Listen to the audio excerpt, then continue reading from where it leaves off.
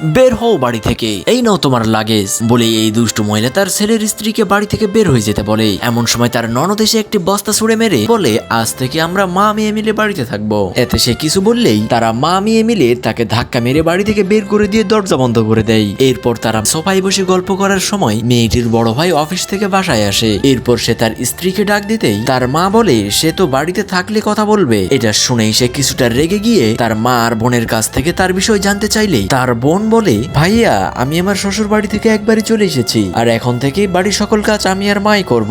এতে ভাবিকে তো আর কোনো প্রয়োজন নেই, এই জন্য আমরা তাকে তাড়িয়ে দিয়েছি। এটা বলতেই তার ভাই তার গালে এক চড় মেরে দেয়। আর এরপর তারা যা করে সেটিকে দেখার আগে যদি আপনিও মন থেকে আপনার মাকে ভালোবাসেন তাহলে ভিডিওতে একটা লাইক করে চ্যানেলকে সাবস্ক্রাইব করবেন। আর যে যার মাকে যত বেশি ভালোবাসেন এই ইমোজিটি তত বেশি কমেন্ট করবেন। এরপর তারা মা মেয়ে মিলে বুদ্ধি করে সে ফোনে কথা বলতে বলতে বাইরে যেতেই তার ভাবির সঙ্গে তার ধাক্কা লেগে যায়। এমন সময় তার ভাই তার হাত ধরে বাড়ির ভিতরে নিয়ে যায়।